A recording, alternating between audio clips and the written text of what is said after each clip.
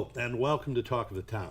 I'm Michael Jacobi. Delighted, my guest today is a former head coach of the 49ers, head coach of the Detroit Lions, University of California, the proud father of the Relay Company members, too. Yeah. Steve Mariucci. Yeah, hi, Mike.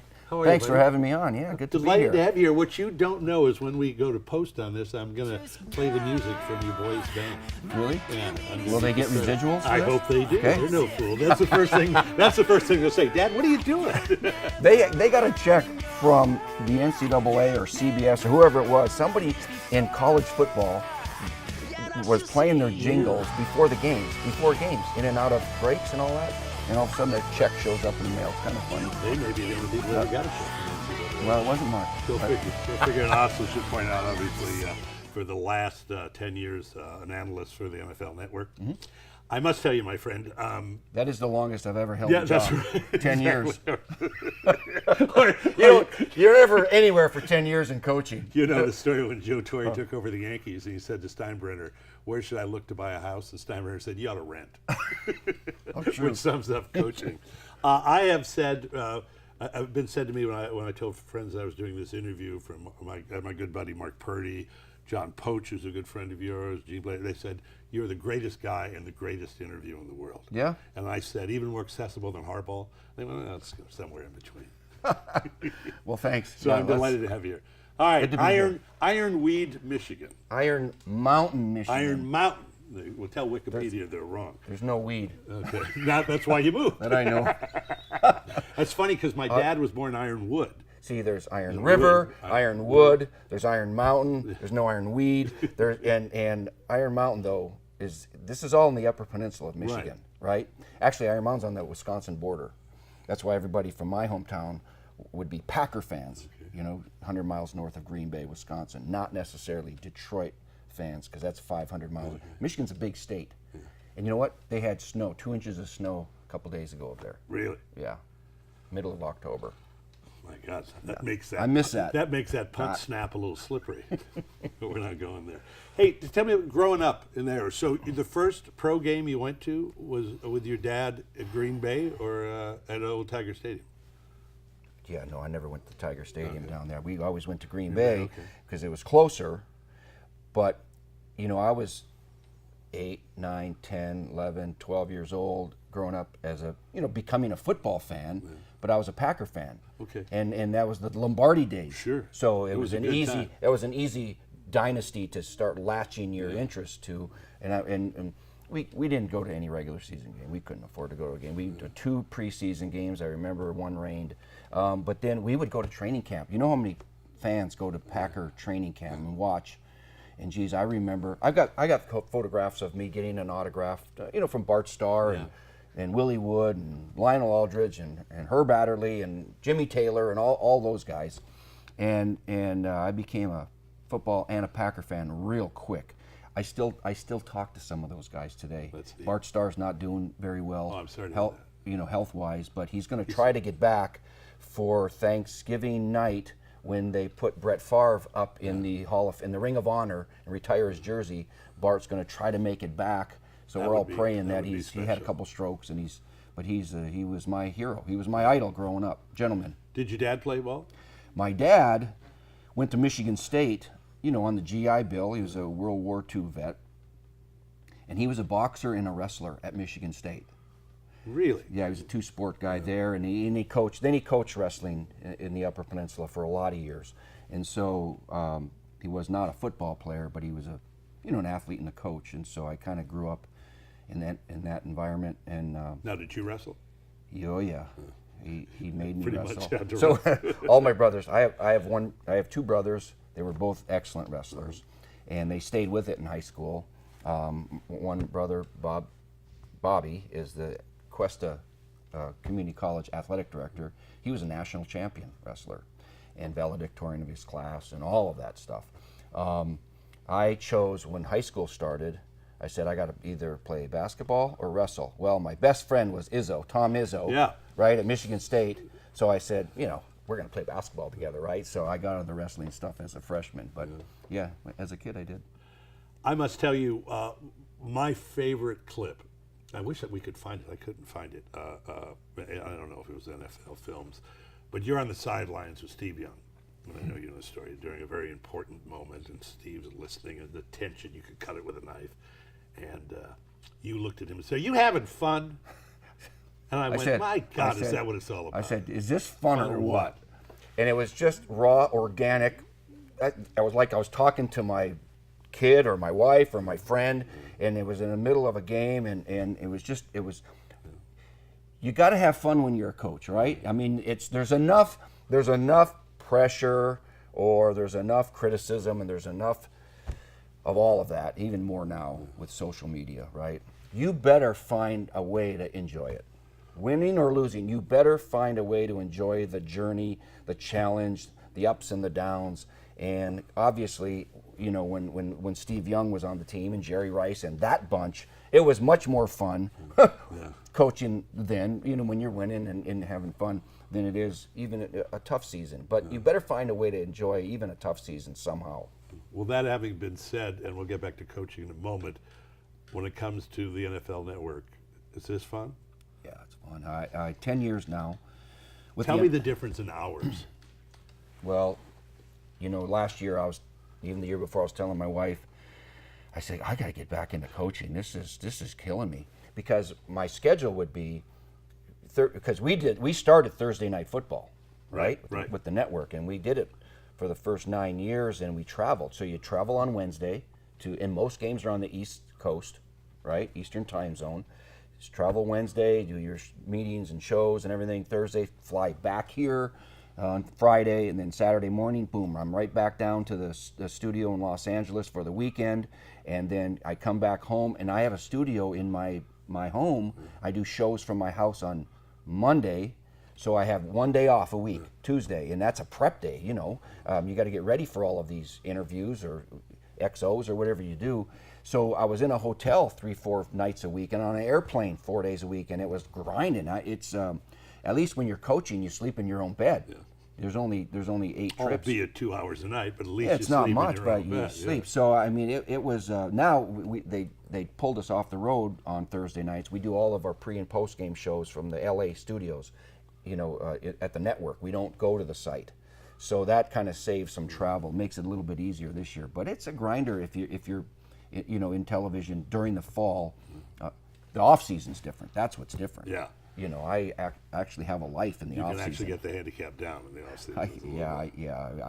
You know what? I quit golfing too, though, a long time ago, because I'm terrible. But travel, see my kids. I hate being an empty nester. Yeah.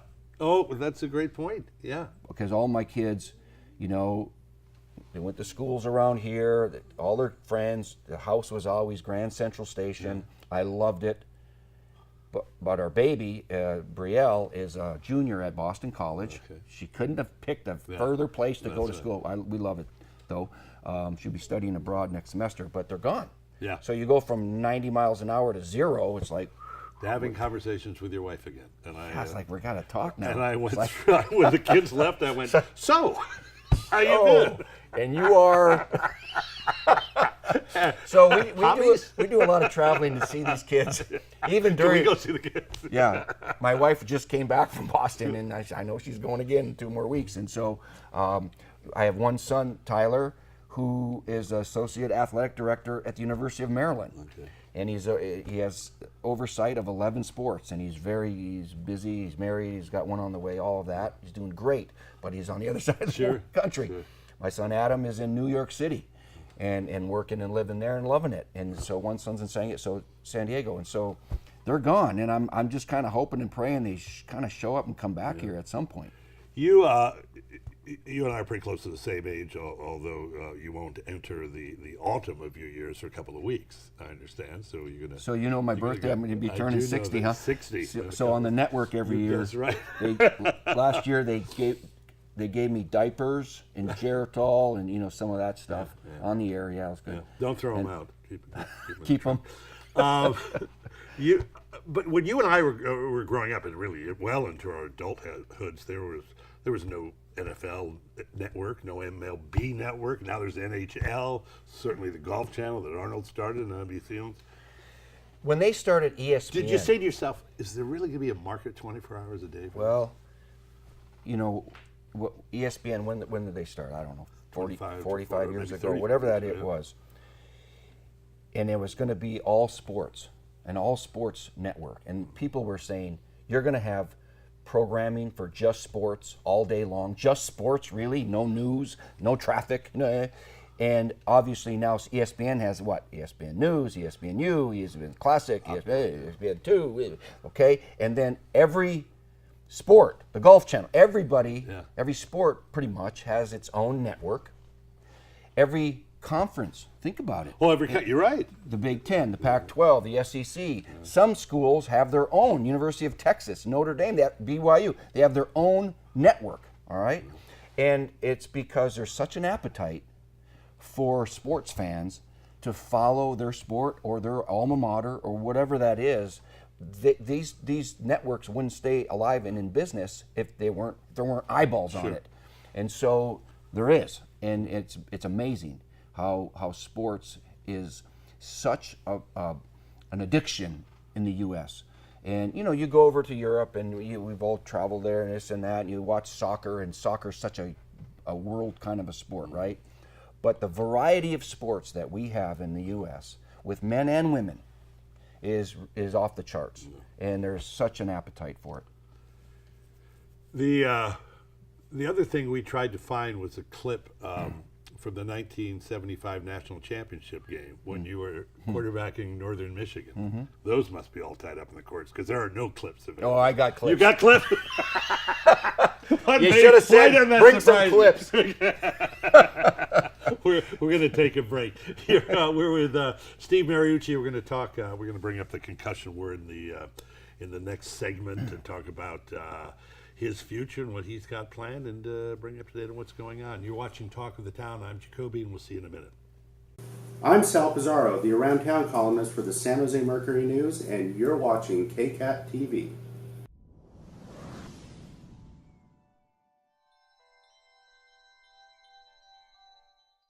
Welcome back to Talk of the Town. I'm Mike Jacobi. My guest is Steve Mariucci. We were talking when we broke about National Championship, 1975. I'm doing co-sell. 1975, Northern Michigan University. Who are you playing? Well, we played Western Kentucky then. But let me just tell you about it back then, okay? Let's just. You had the helmets, right? They were not leather either, Jacobi. So listen. So back then in the 70s, there were only two divisions. There was Division I and Division II, okay? University or college division, they call it a couple different things. But Division II, which we won the national championship, and that's kind of cool. I'll tell you why. You were quarterback. Because the year before we were 0-10. Really? We are the only team ever in the history of the world to go winless to a national championship, okay, in any sport. Any sport. Look it up. Look it up. Anyway, but it was different then because it was the Division II. You know who it included? We had to beat Boise State in the semi. Boise State, they're pretty good. We had to beat teams like Delaware, Central Michigan, Troy, Western Kentucky, Eastern Kentucky, all those kinds of teams that many are now Division I. Right. And then all the others, the North Dakota states and Montana states of the world are Division I AA, right, FCS, and then Division II. Well, no, Division II back then was really strong. It was a lot of schools, very, very competitive. So I remind everybody of that. It was better back then than Division II. So yeah, we were lucky enough to win it, and then the next year we were pretty good too, and then we got beat. Well, then it's a matter of the pro scouts beating a path to your door, and you make the move of 2 weeks in Canada. So yeah, I played 2 weeks That's in the right, pros. I played 2 weeks in the pros. Canada, that's pros. Absolutely. And so that's Sam Warren Bertigliano, he was the coach of the Cleveland Browns at the time, and he offered me a free agent contract, and I'm sure it was only because he's Italian and I'm Italian. That's right. really the only reason. The vowel factor. And because I was an option quarterback. We threw, yes, but I was more of an option quarterback. And so I went to Canada and I didn't make it. So I was in coaching before that anyway. I actually started coaching as soon as I was done at Northern Michigan, and then I asked permission from my head coach, can I try it in the NFL or the CFL? He said, yeah, come back if you don't make it. I'll be back in a couple weeks. And so that's when I started my coaching profession a long time ago, 40 years ago. Did you coach under Walsh? I didn't coach under Walsh, but when I was the head coach at the Niners, Right. Bill was the the president. President, okay. President, whatever GM, whatever he was. He came back, so it was so much fun. I'm guessing that was a better relationship with your general manager than others. Can I phrase that correctly? The first thing that Bill recommended me for that job, and I mean he was in my camp from day one. And what a good guy. Yeah, I mean he was on such a pedestal. Yeah. And he deserved it. And so the first day when I showed up at the Niners, I came from the University of California, and he cornered me, he said, all right, here's the deal. You just got off a fast treadmill over there at Cal, and you just you're going to be jumping on to one even faster here. You need to take your wife and your family on a vacation. I went, like, what, right now? Yeah. He goes, yes, you need to get freshened up and go on a vacation. And that was the last thing that I thought he would say to me. It's like, I thought he might say, get to work. You know what I mean? But he was great, and he wasn't meddling. He wasn't like this or that. You got to do this, you got to do that. He would watch. He would answer questions if I asked him, but he was always there. I would think that whereas you wouldn't want a general manager to be meddling, but there must be a great deal of security in the fact that Yoda is up there and you need to answer questions. Yeah, and he wasn't up there, because he stepped away my first year a little bit, and Carmen Policy was still there. Sure. But if you recall, you could write a book about all this. My first year with the Niners in '97, Carmen Policy and Eddie DeBartolo hired me. Yeah. I remember when they came over to the University of California in a limo, and they picked me up from the football offices, and we went down to President Tien's, the president of the university, his office with the AD, and we sat there, and they said, all right, we want your coach. And and I had only been there 1 year, and it was bizarre. I wasn't expecting it. I did an interview for the job. It was really weird, to be honest. Now, do they put the money in a brown paper bag, or is that in a suitcase at that point? I didn't see any of that. And so, but I do know in my contract, all coaches in college have a buyout contract, meaning you can't just go over there. Yeah. If somebody else takes you, you got to buy them out and give the school, some money. So, because they should, right? Well, there was a buyout in my contract, and Mr. D says, we will do the buyout ×2 and more than that, if whatever it takes. He wanted to work. He didn't want to upset the Cal fan base or the president or the university. Sure. And he was very generous to the university to steal their coach. And so, it was all quite. And he had a good run. Yeah, it was fun. It was amazing. But you got to remember then, after 1 year, Eddie DeBartolo's gone. Yeah. Carmen Policy, after a year and a half, he's gone. He went to Cleveland as a 10% owner and president over there. Dwight Clark, our GM, gone to Cleveland. Marketing, gone. There was nobody left in the building my second year. There was nobody. Was Walsh still president? Well, see, Bill had left. When I first got there, he was there for a few weeks, and then he was gone. Okay. So we had to hire a general manager. We didn't have one. So we hired John McVay. Right. John McVay is as good as it gets. Nice guy. Oh my God, he was the voice of reason. He was the wind beneath your wings. And for Bill, for George Seifert, for me, for everybody, John McVay. So we brought him back, thank God, because he had to help me with the salary cap and with the contracts and all. There was nobody left in the building. And then we eventually needed also a president too, and then we brought Bill Walsh back as the president, and he had worked obviously with John McVay before, so we became whole again. But it was the second year, there was nobody in the front office. I'd come in after a win, nobody pat you on the back. You come in after a loss, nobody there yelling at you. I mean, there was nothing. It was like a ghost town in that. You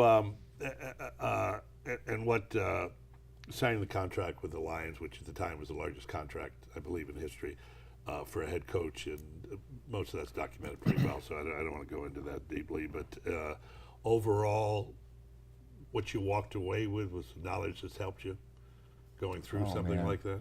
When you coach for 30 years, and you're going to have some great years and great days, and you're going to have some down years and down days, and you're going to have everything in between.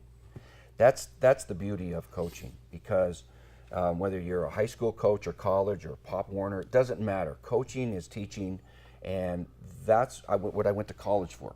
Tom Izzo and I, our influencers growing up were our parents and our coaches and some teachers. Okay, so that's why I went to school to be a teacher. Yeah. I did. Our intention was to be a teacher and a coach at the high school level, because that's what I loved growing up. And it didn't happen. I got on to college earlier than expected, and then whatever. But you have to enjoy the journey. You have to enjoy knowing that you can impact kids, whether it's at the college level. You got these 18, 19, 20-year-old kids that are trying to figure out who they want to be, what they want to be. Very impressionable age in terms of their futures. They don't all play pro football. Very few do. Yeah. And even in the pros, I mean, they're not all like Steve Young was 38 years old, or when I was in Green Bay, Reggie White, who had a family. They're not all like that. Most of these kids in the pros are single guys, right, under 26 years old. Living the life, yeah. They're living the life of football, and they're trying to figure out, who am I? How do I earn a living? And where do I go from here? And so, I have no regrets. No regrets whatsoever. There was some great times and some tough times. You're not home much. Yeah. That's one of the toughest things. You're at a point now, and you haven't. I know since you left coaching. Whenever there is a rumor of a head coaching job or a college coaching job, and you change planes somewhere near that vicinity, you're like an Elvis sighting. He says, "Oh, he's coming here." I imagine that's it's kind of endearing that people are talking about that. It's flattering. It's flattering. That's what I was looking for. But any interest at all? No, I kind of hesitated there. Didn't I? I know you did. I've had some interest to go back as a head coach in the NFL several times. I've had some calls to go back into college several times, and I've respectfully declined. What I did was, here's kind of my weird philosophy. When you're younger and you're trying to climb the ladder and get to where you want to be someday, you make professional decisions. Meaning, okay, do I go from an assistant coach at Green Bay Packers coaching Brett Favre, right, which is a lot of fun, you're going to win, and then I took the Cal job because it was professionally the right thing to do. If you want to be a head coach, you got to go do it if you have that opportunity. Or do you move your family? Do you bounce from one because of a raise or a title or whatever that is? Those are professional decisions. Later on in my career, and this is mainly in the last 10 years after Detroit, I made family decisions. They're not the same. No. Every time I had a chance, a phone call from an owner to come and be their head coach, I would go, all right, family, huddle up. I'd get back with you. I have to talk to my family. And I'd get the whole family, and I'd say, we're voting. We have a chance to go here and coach. Who wants to do this? Should we do it? Should I think about it? How does it impact? Vote. And I would get no, no, no, no, no, no. So I would respectfully call them back and say, I can't do it. It's not right. It's not right for my family right now. Because I moved my wife 18 times. Wow. That's not that. Then again, there's good and bad. You got friends in every city in the world, it seems, and that you remain friends with, and you learn about the South. And I coached in Florida and in Michigan and Wisconsin and Kentucky and Southern California, and it's kind of cool to learn about different parts of this great country. But you get tired. Wives get tired of moving. Kids get tired of moving. Let's do a little current events, because you were at USC, and the problems they've gone through recently with their coaching staff or with their head coach. Obviously, your point earlier about social media and the pressure and the target on your back is even bigger than it was 20 years ago now, with the media being what it is. I'm not throwing anyone under the bus. Is Pat Hayden, are they handling that the way you would have handled that if you were an athletic director? Pat had an episode That's at why the I Notre asked. Dame game before, and I hope he's okay. Yeah. He's been under some great stress, obviously, as an AD, and they've got to hire the right people to run their sports. And Steve Sarkisian, I just hope he gets well. That's the important thing. Yeah. That's the important thing, because he's a good man. He's a good coach. We know he's a good coach. He's got to get healthy, and that's way more important than coaching a football team. And so I just keep my fingers crossed that all works out. There would be great interest from around this country for that USC job, because they're finally out of all those being light on scholarships. They're getting out of that now, and they'll be very, very competitive. And it's got, as you know, such great tradition. It was always, other than the big game, when I was coaching at Cal twice, the USC game is just a monster game. There are, and as a neophyte, there are three problems among others facing, to me, the NFL in terms of concussions, in terms of domestic abuse, and I happen to think in terms of DraftKings and that whole movement. What do you think about that? I know you were saying off camera. Tell me about what you're doing with the concussion and committee. So as soon as I leave you, Right. I'm going to go home, and we have a player safety advisory panel for the NFL, a conference call today. We do this once a month. We'll meet in person at the Hall of Fame, but we study the data, the injury data, all right? And our committee with Ronnie Lott, John Madden, Ernie Accorsi, Roger Goodell, the commissioner, some attorneys, some doctors on this committee. And we study the injury trends. And then based on what we know, we make recommendations to the competition committee.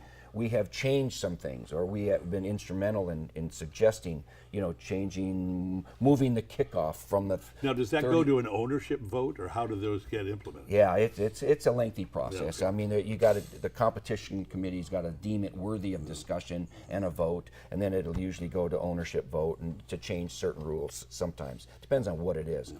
But for example, moving the kickoff from the 30 to 35, what did we do? We created more touchbacks. Why did we do that? Because the most dangerous play in football is the kickoff. Right. All right?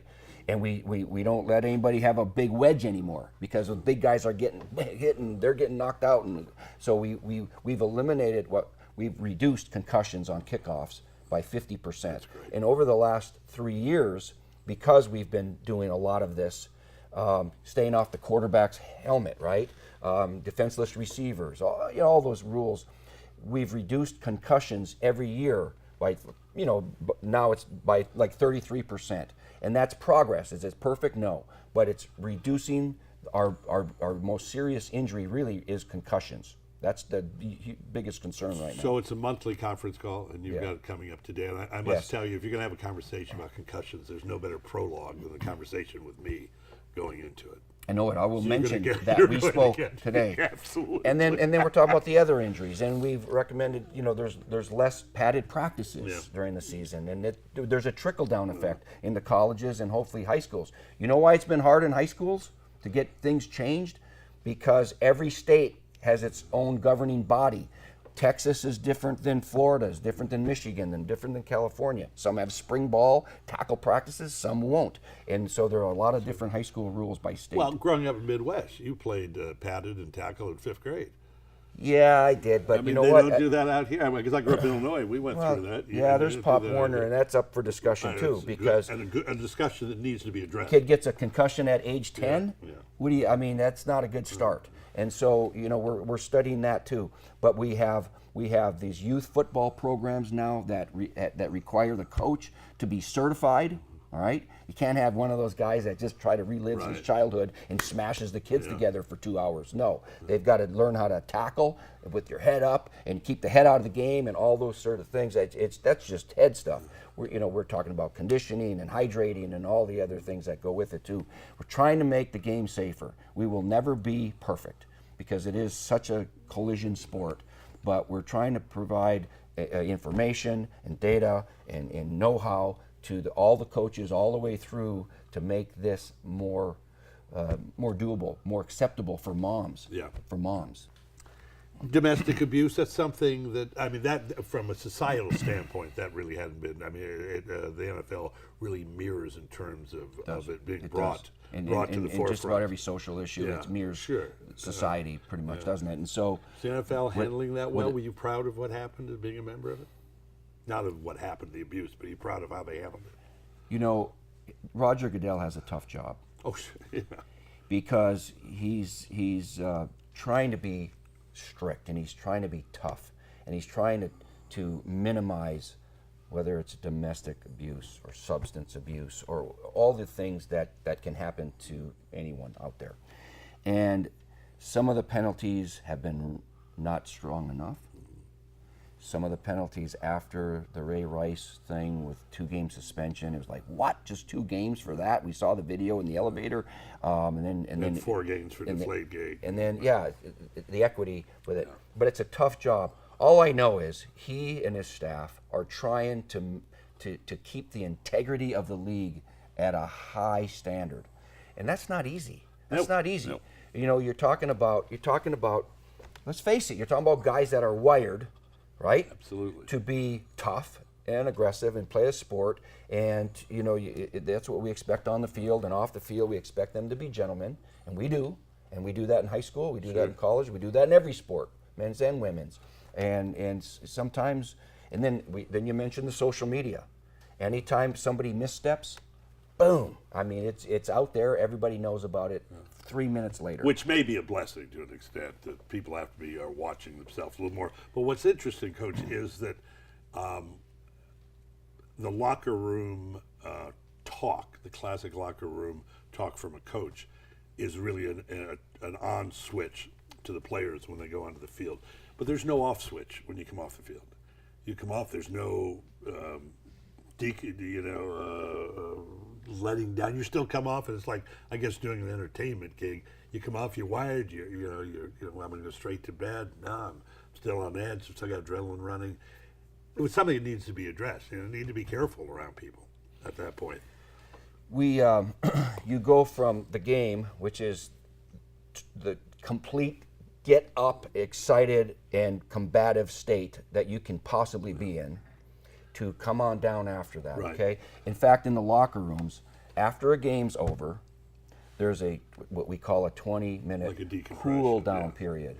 Well, 20 minutes, great. And Thanks. so that cool down period is a time where the guys start getting undressed and changed or showered or whatever. It's a time where the coach talks to the team.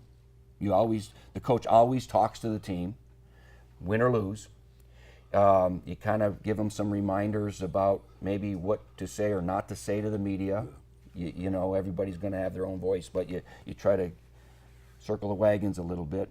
And then after that's done, then the media just pours in like a flood, all right? Men and women in the locker room, all right? That's how it is. And you just hope that guys have calmed down enough to be sensible. And so you saw Aaron Andrews' interview with Richard Sherman a couple years ago after the Niner game, and he went cuckoo, and she was just like, "Whoa!" It's like, but the adrenaline is up still. Absolutely. Yeah. And that's why it's a tough thing to do for these kids, these players. They're not all And for kids. you guys as well. You got to go from combat mode to civilian mode, like in a matter of minutes. And say the right things, and do the right things, and that's the integrity of the league. We expect that. In our last couple of minutes, I want to talk a little bit about your charity events and get the word out on that. Maybe people can learn a little more. You've got the bocce tournament. You do it with my buddy Poach over it. Do you do that here in town? The Madden Mariucci The Madden one. Mariucci one. 18 years we've been doing But this. in Los Gatos. So when You I used was to do it in Livermore, or do you? okay, so when I was coaching the Niners, Okay. I wanted to do a charity event. I did not want to do another golf event. Right. There's 7,000 golf there events. are, yeah. No offense. So I talked to Tom Albanese over there at Campo de Bocce, and he was just opening up that restaurant. So we go, we're going to do a bocce ball fundraiser. It started when I was with the Niners. It was awesome. Celebrities, you name it, they were there. And I would give my team off practice. I said, all right, you got a choice. You're going to go to the bocce event or you're going to practice. Right. It was unanimous bocce. So everybody's there. And so we started raising money. And then when I moved to Detroit, I did the same thing at Palazzo de Bacci over there, big new venue. Tony Battaglia owns it, and it's indoor courts, outdoor, big restaurant, and I started doing it in Detroit. So when I was there, I called up John Madden, because he thinks he's a good bocce ball player. He's really average. And I said, John, why don't you add your name to my tournament, and we can kind of Mad Mariucci this, because I want to keep it going when I'm away. He said, yeah. So it's still going, 18 years now. We've raised $5 million.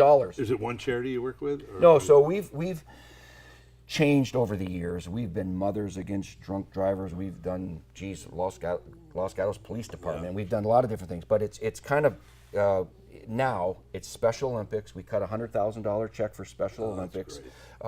It goes also to the Mariucci Family Foundation. All right, and we support Down syndrome football camps and hospitality houses for hospitals, and some of those things, and juvenile diabetes and diabetes research, and so it's kind of dwarfed into that. Those are the charities. Do those choices come from any personal challenges? Yes and no.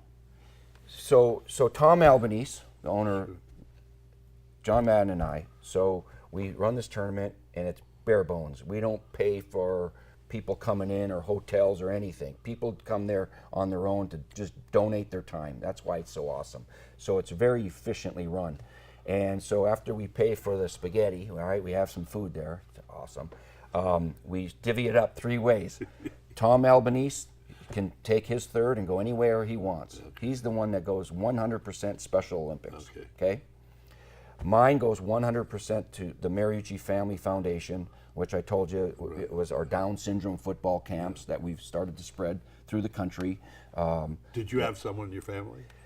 So our first child, when Gail and I went to Louisville, Kentucky to coach at the U of L, we lost our first child with a genetic birth defect, okay? It wasn't Down syndrome. Down syndrome is trisomy 21. What our son was born with was trisomy 18, okay? A little bit different, but still a genetic birth defect. So I guess we have some association with that.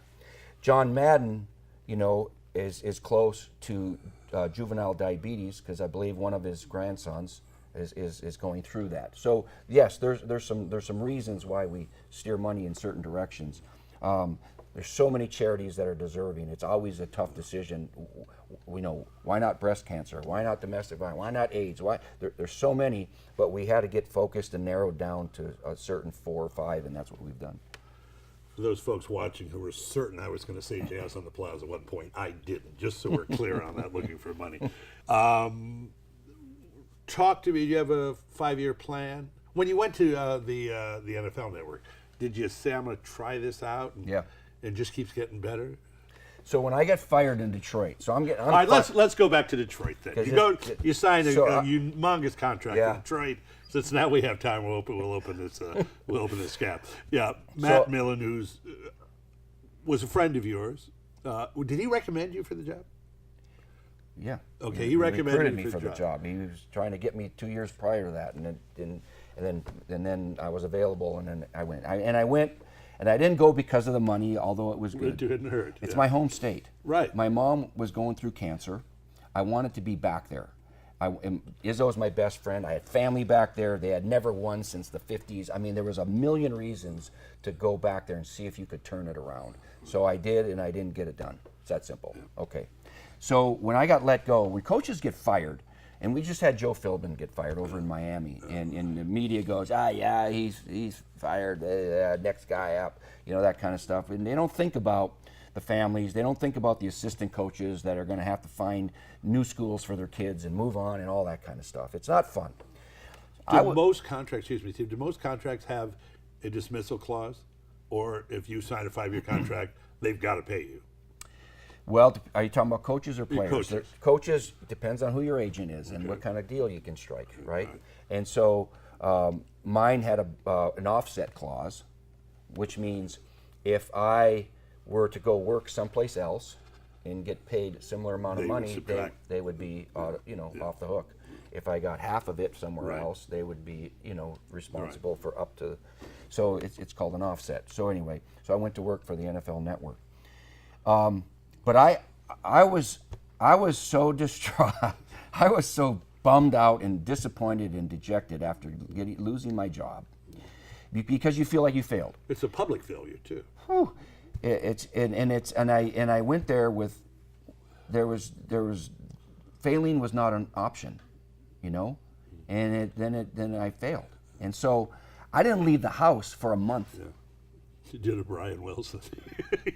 I didn't want to go out. I didn't want to talk to anybody. I just was like turning into a recluse. And then Eric Weinberger, who is one of the big dogs at the NFL Network, calls me up and said, "Hey, Mooch, what are you doing?" I go, "Nothing." "What are you doing?" He says, "We want you to work the Super Bowl." I go, "Wait a minute. The Super Bowl is in Detroit this year." Oh, that's true. Yeah. Yeah. So is when Pittsburgh and Seattle played in the Super Bowl in Detroit. I go, "Wait a minute. You want me to work the Super Bowl in the stadium?" I just got fired from that, Eric. He goes, "I know it. It'll do you some good. You need to get out of the house." About getting back on the horse. Yeah. You need to get back out there. So he kind of twisted my arm and talked me into doing a couple shows that week, and then the Super Bowl. I did the pre and post game show from the field and all that kind of stuff. So that was the start of at least thinking about this career. You had, I watched an interview with you and Rich Eisen where you kind of summed up the de-evolution of a relationship by using the metaphor of a Gatorade bottle. What? About where you and Matt, the first year, you'd have a bottle of Gatorade. Can you tell us, you know what I'm talking about? Where did you see that? And you, I don't know. And you said, Matt and I tell were the really, story. we You were were so tight. close, We were Matt. close. We were, you know, his kids wrestled, so did mine, and we just liked each other, same kind of age.